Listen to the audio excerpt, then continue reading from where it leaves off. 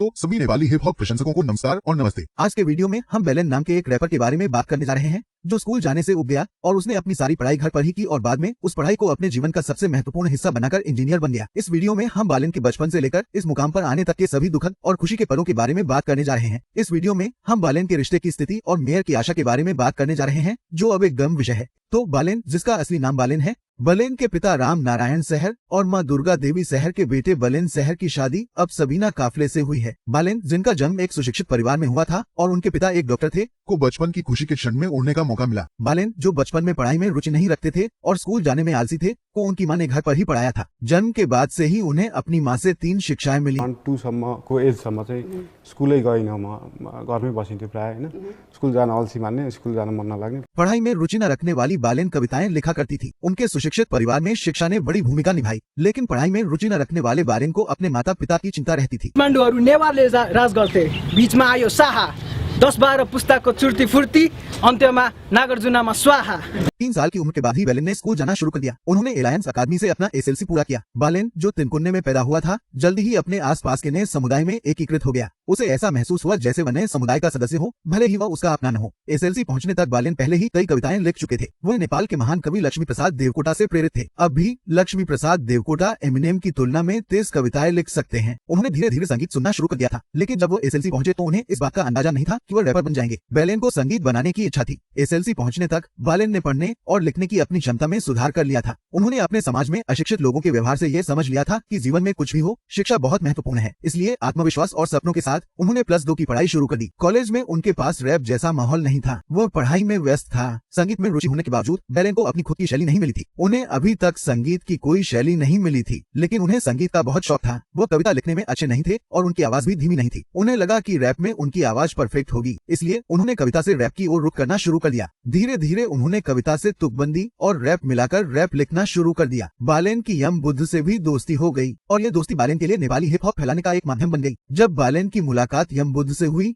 तब तक उन्होंने अपना पहला गाना सड़क बालक रिलीज कर दिया था। उन्हें वह गाना बहुत पसंद आया। सड़क बालक के साथ उनकी बहुत सारी यादें जुड़ी हुई हैं और तात्या जैसे गाने बालेन के साथ लोकप्रिय हो गए थे। एक ही उम्र में यम बुद्ध और बालेन, जो दोनों भविष्यवादी गीत थे, बहुत मेल खाते थे और समान विचार रखते थे। ये बालेन को एक रैपर के रूप में पहचानने का अवसर था। गायकों की परेशानी की खबर। एक ही उम्र में 2 भविष्यवादी गीत, यम बुद्ध और बालेन, बहुत अच्छे थे और उनके विचार भी बहुत समान थे। उस समय रोबास शुरू हो गया था और बालेन को भी लगा कि यह खुद को एक रैपर के रूप में पेश करने का अवसर है। सामान होइन म, मलाई पनि लाग्छ भोक, खै मेरी आमा, खै मेरा बाबा, छाड्यौ मलाई किन, कसले हेरिदिने अब, सरकारी कर्मचारी विदेशी व्यापारी, भाषण दिएर होइन हेरिदेऊ।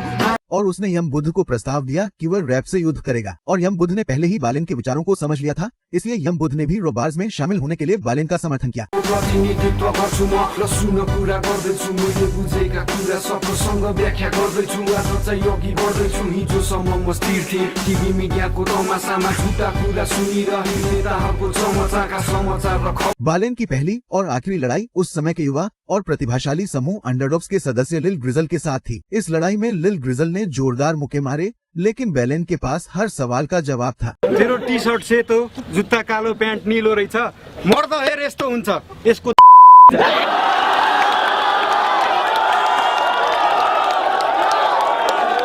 राजतन्त्र र प्रजातन्त्रको कुरा गर्छस्, गएको छैन अझ यो राजाको शासन।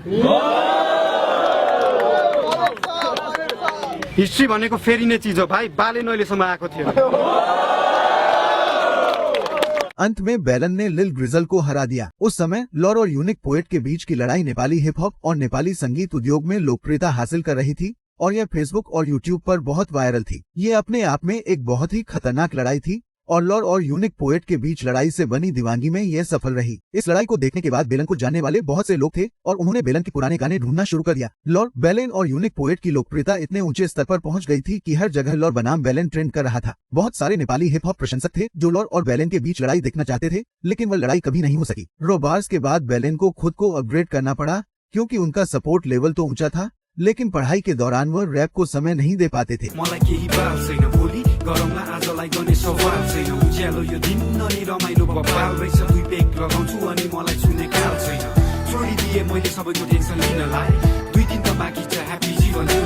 वो इंजीनियरिंग की पढ़ाई के लिए भारत गए। नेपाल का हर रैप प्रेमी लॉर्ड बनाम बैलेन देखना चाहता था। बालेन एक संरचनात्मक इंजीनियर के रूप में भारत से लौटे। आखिरकार उन्होंने सोचा कि वह रैप को समय दे पाएंगे। इस बीच उन्होंने मोनेओ जैसे गाने भी जारी किए। मोनेओ बालेन बहुत निष्क्रिय थे, लेकिन उनके समर्थन ने उनके हर गाने में प्यार दिखाया था। उनका मोनेओ गाना भी काफी लोकप्रिय हुआ था। आखिरकार बैलेन ने सोचा कि इंजीनियरिंग के बाद वो रैप को समय देंगे, लेकिन एक बड़े भूकंप ने उन्हें रैप से दूर कर दिया। जब उनका देश टूट रहा था तब वह अपना सपना पूरा नहीं करना चाहते थे। वो एक संरचनात्मक इंजीनियर बन गया क्योंकि वह अपने देश को बचाना चाहता था। वे नेपाल के कई जिलों में विकास में मदद के लिए गए। अपने देश के लिए लड़ने के बाद बालेन संगीत में लौट आए। 2019 में उन्होंने रोहित शाक्य के साथ मार्फा को मदिरा नामक एक संगीत वीडियो जारी किया। ये वीडियो बालेन के पिछले रिकॉर्ड से अधिक सफल रहा और ये बहुत लोकप्रिय हुआ। मार्फा को मदिरा। बालेन अपनी पढ़ाई में सफल हो गए थे। वह रैप की राह पर धीरे धीरे आगे बढ़ रहे थे। उनके सभी गाने हिट रहे। उस समय उन्होंने अपने अनूठे कवि MC फ्लो के साथ गोरखाली टप नाम का गाना बनाया था। कानलाई कष्ट स्पष्ट बोल्न खोज्दै छुटेर पारेर नष्ट मस्त बस्त डुबेर मदिराको रसमा रस्त आफै स्वस्थ पापी तेरो हस्त रोगग्रस्त युवतीको उन्नति फस बस साइज बस सिंहासन तेरो नाममा हवाई। ये गाना दर्शकों के बीच काफी लोकप्रिय हुआ था। बैलेन ने कभी भी संगीत को पूरा समय नहीं दिया क्योंकि उन्हें 5 साल से राजनीति में दिलचस्पी थी। बालेन अगले चुनाव के लिए अच्छे दावेदार थे। उसे पता ही नहीं चला कि समय कब सही था। इस बीच बैलेन को संगीत पर ध्यान केंद्रित करने का मौका मिला। बालेन ने एक बलिदान संगीत वीडियो जारी किया। ये उनके जीवन का सबसे लोकप्रिय म्यूजिक वीडियो था। गोरखाली टम। ये गाना उनके देश की समस्या के बारे में है। न केवल रैप प्रेमी बल्कि संगीत प्रेमी भी इसमें रुचि रखते थे। गर्ने जति सबै चुतिया छन् नेता जति सबै चोर देश लुटी खाछन् आमाको साडीमा कटु सोची मुतिराछन् खाने बेला एक गर्ने बेला फुटिराछन् कांग्रेस नेमाले नाउबादी सबै मिली घुमी देश खाऊ बाडी हामी। बालेन ने कई गाने रिलीज नहीं किए। उन्होंने हर प्रोजेक्ट में समय लिया और उन्हें दर्शकों का बहुत प्यार मिला। उन्होंने कई रैपर्स के साथ काम किया है। उन्होंने युवा रैपर व्योमा के साथ भी सहयोग किया। बालेन हर क्षेत्र में मशहूर हैं। अब वह रैप सिखाने और जज करने की स्टेज पर पहुंच गए हैं। वह रैप रियलिटी शो नेपाल में जज की भूमिका निभा रहे हैं। लेकिन बालेन अब काठमांडू के मेयर के उत्थान की बात कर रहे हैं। वह हर दिन मेयर के प्रचार में व्यस्त रहते हैं। शुरू से ही युवाओं के साथ रहने वाले बालेन अब बुजुर्गों का दिल जीत रहे हैं। मुझे बालेन पर पूरा भरोसा है और वह काठमांडू को फिर से एक स्वच्छ और सुंदर शहर बनाएंगे। इस वीडियो से मैं बालेन को अपनी तरफ से प्यार और समर्थन दिखाना चाहता हूँ और उन युवाओं का समर्थन करें जो कुछ करने के लिए चल रहे हैं। ये सभी आज के लिए है। इस वीडियो को सब्सक्राइब करना न भूलें। धन्यवाद। कुपोषण है कुपोषण छैन के हो तेरो घरमा खाजाको राशन नसुना भो तेरो प्यार प्यार प्यार प्यार गर्ने बाजाको भाषण राजतन्त्र र प्रजातन्त्रको कुरा गर्छस् गएको छैन अझ यो राजाको शासन। स्वैग देखेर नै अहिले मलाई दिक्क भयो।